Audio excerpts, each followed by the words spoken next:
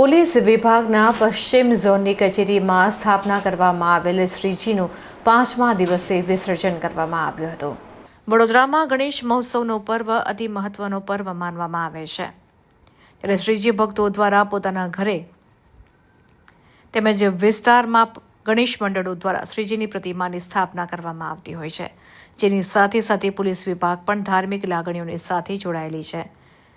ત્યારે વડોદરા શહેર પોલીસ વિભાગના વિવિધ પોલીસ મથકોમાં 5 દિવસ માટે શ્રીજીની સ્થાપના કરી પૂજા અર્ચના કરવામાં આવતી હોય છે।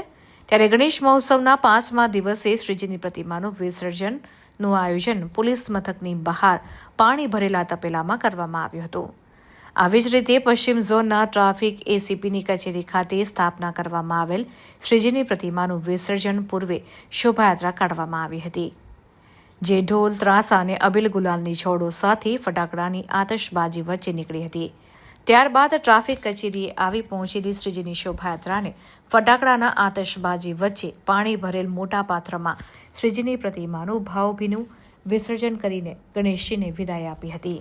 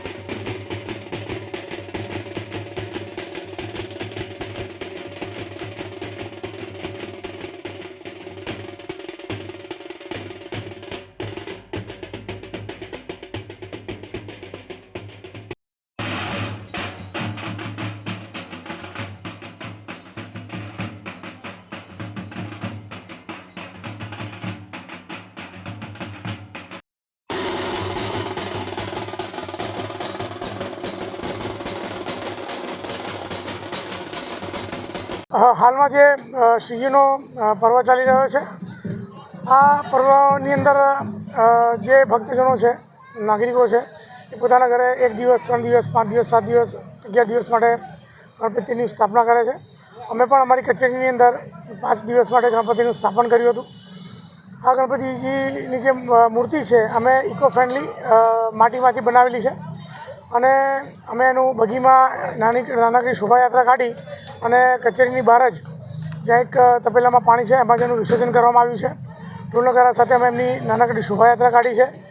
અમે પ્રતિકરૂપે નાગરિકોને એ જણાવવા માગીએ છીએ કે તમે પણ આવી રીતના ઇકો ફ્રેન્ડલી મૂર્તિનું જ સ્થાપના કરો અને ઢોલ-નગારાનો ઉપયોગ કરો ડીજેની જગ્યાએ, જેથી જે નોઇઝ પોલ્યુશન છે એ પણ ન થાય।